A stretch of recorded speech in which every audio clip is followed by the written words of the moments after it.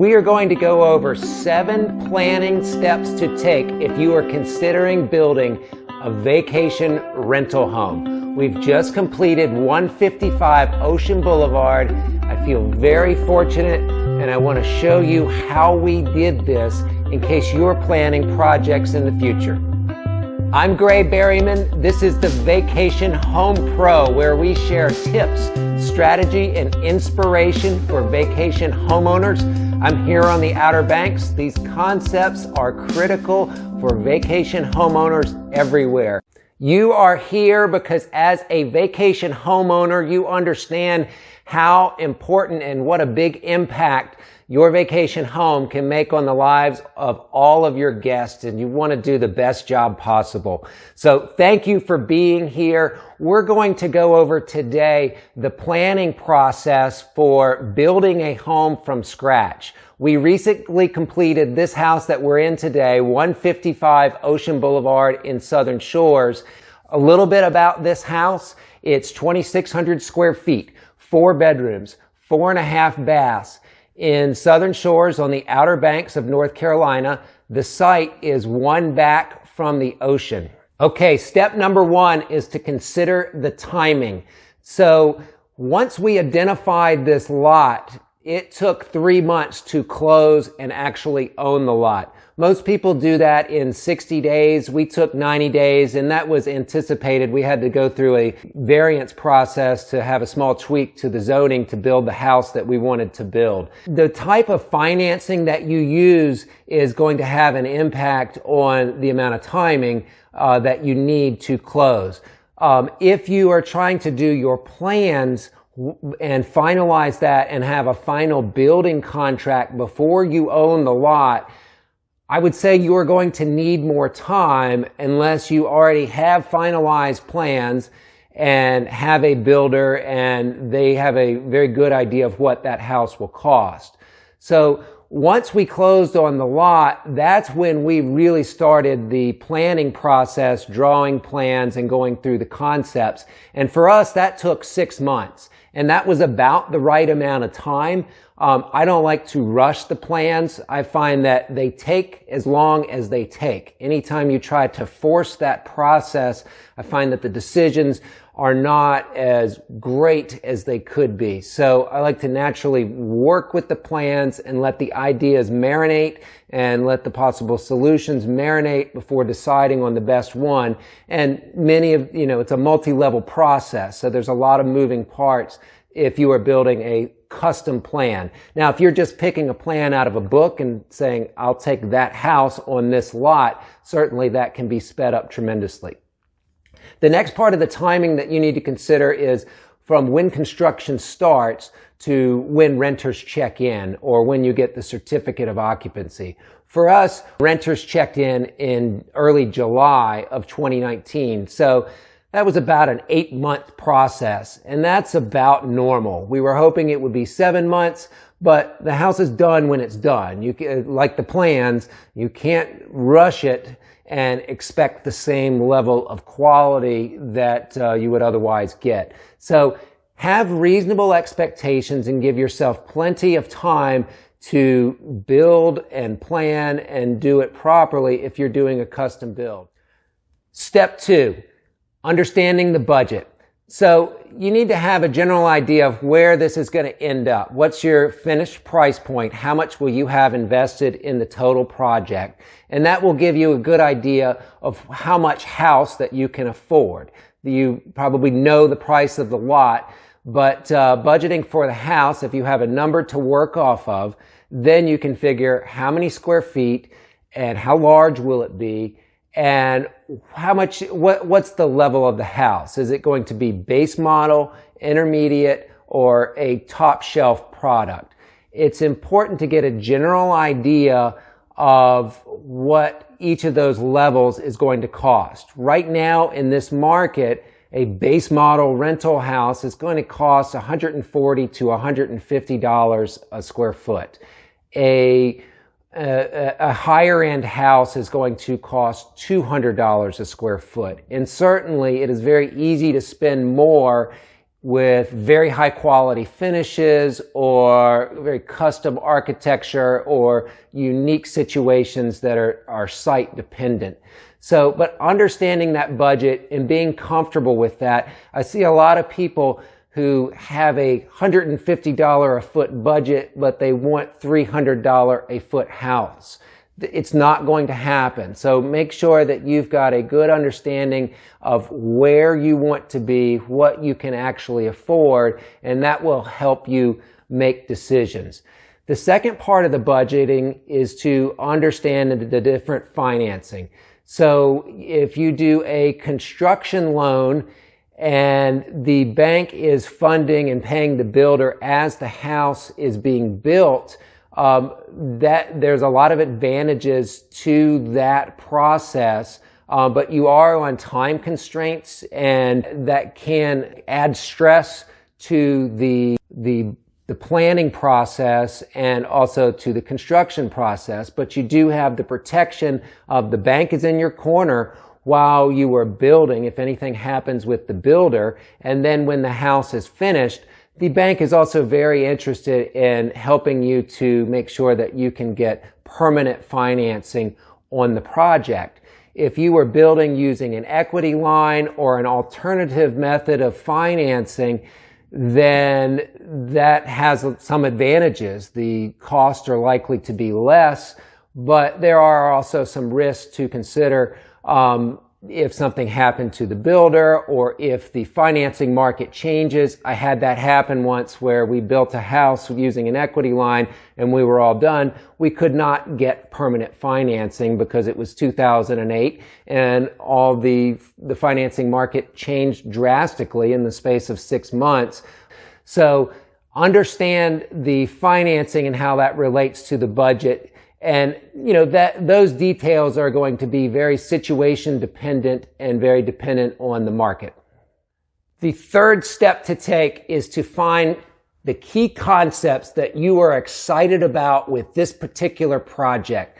So on 155 Ocean Boulevard, we were very excited about the views, and maximizing views became a key concept for this project for us. The second thing, the site is smaller. So we took that as an advantage and said, let's build a fantastic small house and cater just to one family. So that was a key concept that remained true and throughout this whole project.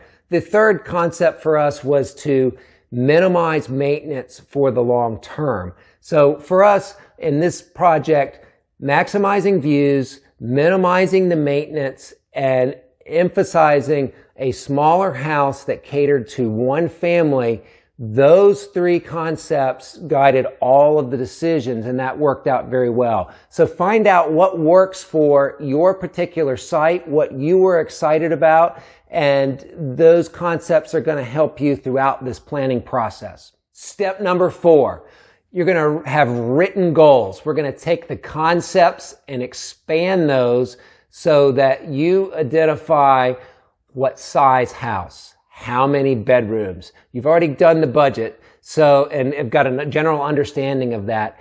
And then write down your non-negotiables. What are your must-haves for your project? For this project, a year and a half ago, I wrote this list. Every door must be covered. Every deck will be covered. The top floor is going to be as high as possible. There's going to be a low pitch roof with no valleys. All of those were part of the low maintenance concept. The curb appeal in front is going to be fantastic. There's going to be a killer pool area, big glass with open sight lines upstairs, elevator, 4 masters.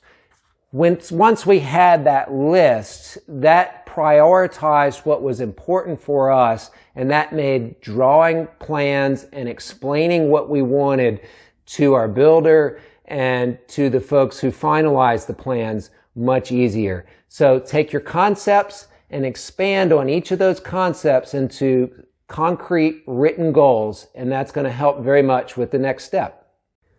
Step number 5. Finalizing your plans. This is the most time-consuming, the most important, the most rewarding, and the most fun process in the whole building process. So it takes time if you are going to do it right and you are building a custom special product. So what we did, we started with graph paper, and I drew different floor plans and elevations. I used the goals and the concepts that we had established and the constraints of the site so that we could combine those and see where the trade-offs were. And spending that time in the kitchen with graph paper and pencil is really helpful. What you want to do is have as much understanding of what you want and what is possible before you start spending the time of an architect, a designer, a draftsman, or the builder.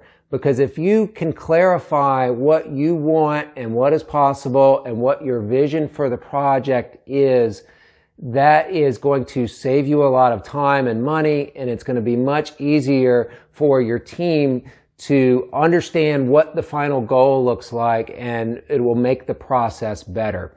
So we drew elevations. There were 5 different versions of floor plans before we arrived at this general concept. And it was easy because we would go back to our concepts and our key goals, and the decisions would make themselves from there. So once we had our graph paper, including the site plan and the lot coverage, we calculated that out. It's not that hard to do with graph paper and a ruler. But once we got it all into the computer and had a good idea, there were still plenty of tweaks. But the 3D capabilities of once the plan is in the computer, it's fantastic, and we really got to look at certain details from different angles. So the key thing, no matter how you arrive at your final plans, clarify your goals and clarify your key concepts and what is possible, and that will save time, and then spend the time that you need to make sure that you have a house that is going to be, that you're going to be proud of for generations, that it's going to serve the guests well year after year after year. Step number 6, you want to look at comparable properties before you go forward. So you've got a very good idea of your plan and your budget, and you know where the site is.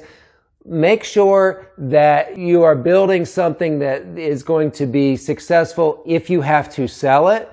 And on this property, Birdseye, we looked at 3 homes that had sold in Kitty Hawk that were similar, smaller, very nice homes with great views. And it established, yes, there is a market for this concept. And then also we looked at the rental comparable properties. We wanted to make sure that we could get the dollars that we were expecting on the rental side, and we looked at 2 main comps. One is a house called Tide Pool that we own. I have access to all of the numbers since we own it, and that the concepts there have worked out well, and it's been a big success on the rental side. Also looked at a house that's in Twitty's program. It's called Pure Salt. And the owners of that house built a great house. They put a lot of love into it, and it is always booked, and the prices are very great. I'm very happy for the owners and the guests. So having that rental comp there just down the road gave us more confidence to go forward on the rental side of things. We also looked at the cash flow. Okay, if we have this much invested, these are our expenses, and this is the amount of rental income that is coming in, the numbers worked on it. Look at those 3 things. Make sure you double check that your numbers work before going forward. Step number 7 to planning a fantastic vacation home build. You want to pick your team very carefully. The most important member of that team during the planning process is your builder. Find a builder that you have a high level of trust. You also want to make sure that your builder is going to default to the decisions that you would make. If something happens to you and you're not there, you want to make sure that the builder and his crew are going to do what you would do anyway. So that means matching up. If you were building a budget project, you want to find a budget builder who's going to keep everything within the budget. And if you're doing a super high-end custom project where money is no object, find a builder that's what they normally do. You're going to be happier with the decisions. It's going to match up better.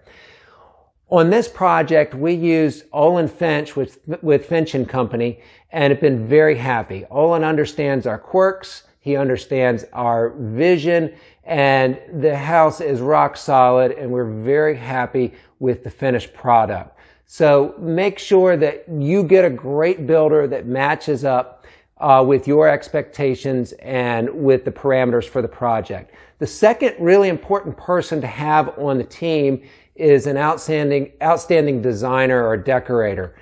We used Amy at Urban Cottage, and I've got a link to her shop down below.